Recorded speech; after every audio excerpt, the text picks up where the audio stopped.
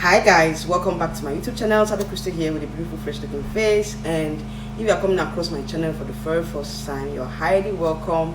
Over here I create real estate videos, lifestyle, beauty, vlogs, reaction videos, and trading topics. Okay, so guys, if you are a returning subscriber, you know how we do it here. You're highly welcome.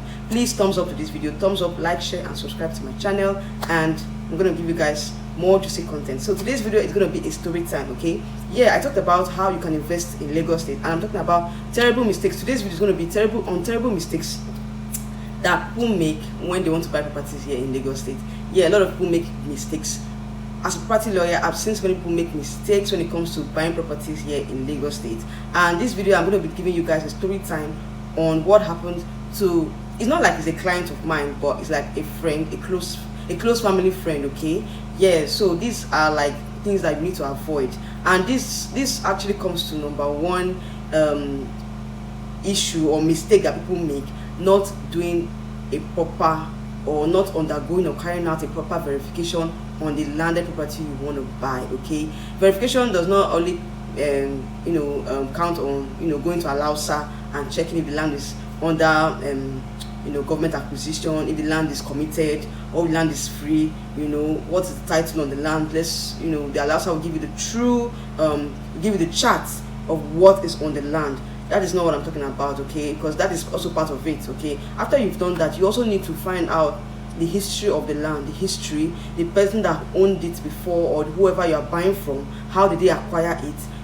What went wrong, or what went down, okay, in acquiring that particular land. You have to go nitty-gritty. You have to go into the history of the land. Okay, so I have a family friend of mine that actually bought this particular land, and he did the necessary things, and I think he bought it from a family. Okay, let's say he bought it from a family and he started building. Okay, I don't know if he got the building approval. I think he must have gotten the building approval. I think he had the building approval and all that.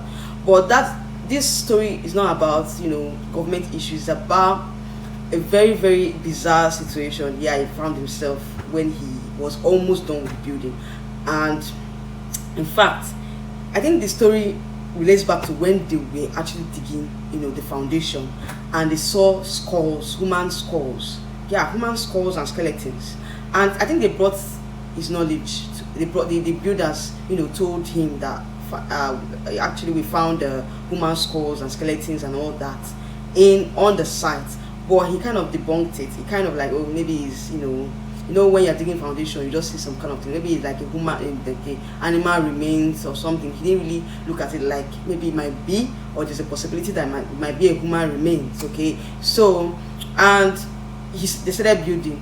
So now that he has almost finished building, the family came up and said, oh, sorry that they actually sold the graveyard of one of their great grandfathers to him, and being that they cannot build on it because they have to respect the soul of their great grandfather and all that.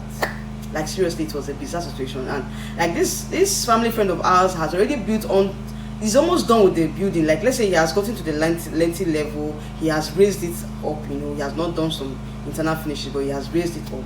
So now he had to leave that particular land and the house on top of it, because it became a very serious situation. Because the family actually, they had according to what happened, the family had a faction. Okay, they had a faction, and the faction that were in support, that also the land to him, were not the same faction that came to tell him about the issue of that place being a graveyard of one of their great grandfathers. Okay, so I think that what he would have done was that, in that situation, he would have also tried to talk to the other faction that sold it to him. In fact, the other faction that sold it to him, I think they came out, they came up and they said, well, there's something they can do about it. They themselves did not know that it was their great grandfather's graveyard that they sold to him, which is kind of bizarre, because I know that there's no how that they wouldn't have known. I felt that they were just doing it out of wickedness. Okay, because some families that can be so mean and wicked, some landowners, like all these Omolile people, they can be so mean and wicked. Like seriously, when you buy from a very responsible family, you won't have any issues. But when you buy from a family that have different issues with different factions, that's where the problem lies. Okay, so to cut the long story short, yeah, he had to leave, and I don't know. I think they settled him with some kind of with some amount of money because he had already spent a lot of money building on that land. I think they settled him with some amount of money and he left.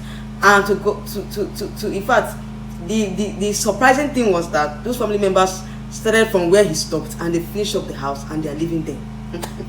That is what happened. Like seriously, really, I heard the story after some, after some years. I heard the story of what happened, how they finished up the house, and they started living there. I felt so bad for this family friend of ours because so many things, and we came to realize that that family has been doing such things. Okay, they've been selling properties to people, and they've had issues in the past. So I wish that he would have done more due diligence on the property before acquiring it. Okay, if he had asked some questions about the family, he wouldn't have been in that soup.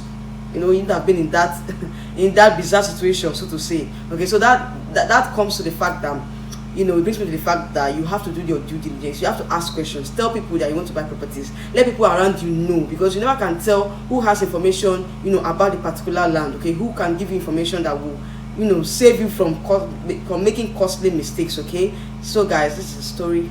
End of the story. Okay, this is the end of the story. I know that you guys enjoyed it. If you enjoyed it, please like, share, and subscribe to my channel. Send this video to people that actually need this video. Okay, so I'll leave my Instagram handle on the screen for you guys if you really want to contact me, for due diligence. Yeah, I'm here for you guys. That's why I'm a property lawyer. I'm here to conduct due diligence with my clients. Okay, so I'll leave my Instagram handle on the screen. Chat me up and we'll take it up from there. So if you really like this content, like I said earlier on, please like, share, and subscribe to my channel, and I'll see you in my next video coming up very, very soon. Bye.